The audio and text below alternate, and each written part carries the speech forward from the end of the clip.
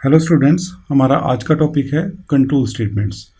तो control statements is very important topic in any programming language, क्योंकि कोई भी अगर हमने प्रोग्राम बनाना है तो generally we need control statements.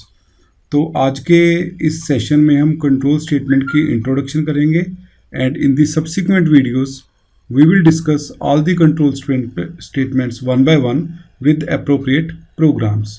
So let us start. तो सबसे पहले what is computer program? It is a set of instructions that is executed to do some intended task. It means computer जो program है it is set of instructions, और इन instructions को generally we say these are statements. जब तक हम एक programme simple बनाते हैं तो उसमें जो इंस्ट्रक्शंस हैं they are executed sequentially. Sequentially का मीनिंग होता है कि जिस ऑर्डर में हम इंस्ट्रक्शन को राइट कर रहे हैं उसी ऑर्डर में वो इंस्ट्रक्शन एग्जीक्यूट होंगी। लाइक अगर मैं प्रोग्राम मेन के अंदर अगर I have written 10 lines without control statements, तो ये 10 लाइन्स सिक्वेंशली एग्जीक्यूट होंगी। मीन्स जिस ऑर्डर में ये लिखी गई हैं उसी ऑर्डर में ये एग्जीक्यूट होंगी। But sometimes it is desirable to change the sequence of execution of statements based on certain condition or sometime unconditionally। means कई बार हमें प्रोग्राम में ये सीक्वेंस को चेंज करने की ज़रूरत पड़ती है। कई बार कोई हमने डिसीजन लेना होता है, उसके बेस्ड ब्रांचेज हो जाती हैं। लाइक अगर ट्रू है तो मैं लेफ्ट में जाऊंगा, फॉल्स है तो मैं राइट में जाऊंगा। समटाइम्स मैंने एक स्टेटमेंट को बार बार रिपीट करना होता है, तो in that cases we use control statements. So control statement के वो आप इस तरह डिफाइन कर सकते हो कि कंट्रोल स्टेटमेंट्स आर दो statements which are capable to change the sequential control of execution of statements.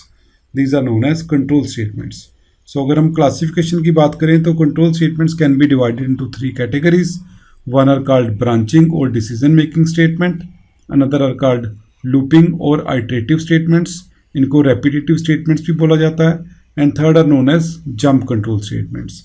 So अभी हम वन बाय वन तीनों की डेफिनेशन करेंगे और देखेंगे कि तीनों के अंदर कौन कौन सी स्टेटमेंट्स यूज़ होती हैं। तो सबसे पहले हम बात करेंगे ब्रांच कंट्रोल स्टेटमेंट्स की। Branch control statements are used to execute group of instructions based on the result of some logical condition.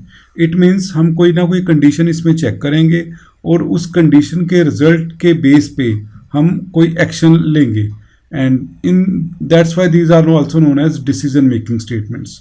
So C में there are different type of branch control statements.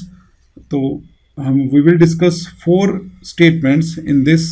One is called if statement, second if else if ladder and switch statement.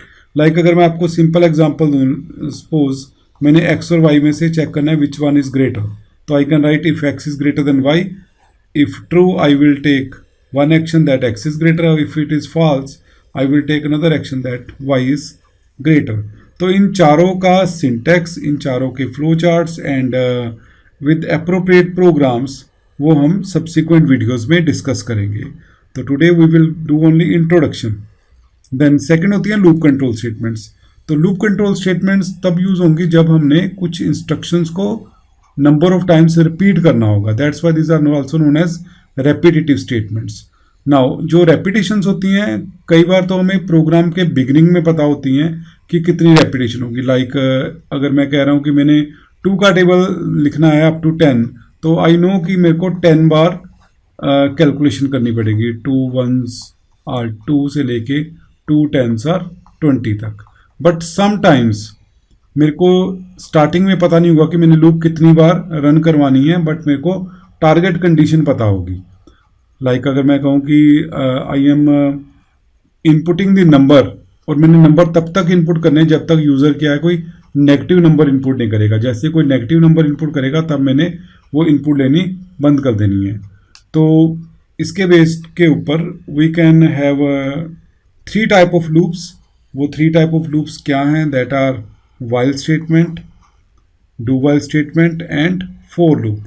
तो these are the 3 loops which are used in C.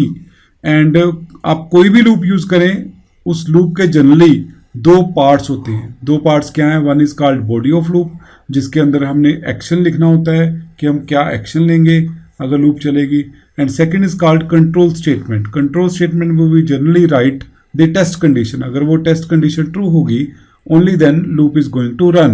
So again these loops will be discussed one by one in the subsequent videos. Let us see the last control statement, that is jump control statement. Now these statements are used to jump the control from one point to the another point within the same program.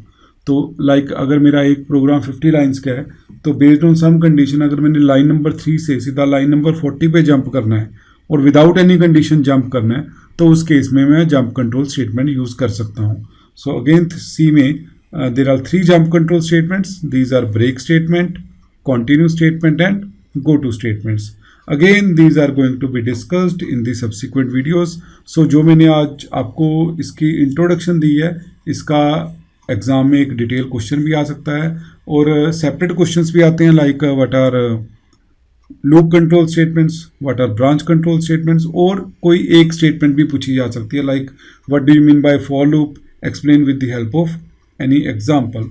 And जो मैंने branch control और loop control बताई हैं statements, उनमें हम nesting भी कर सकते हैं लाइक एक फॉर लूप के अंदर दूसरी फॉर लूप भी यूज़ हो सकती है.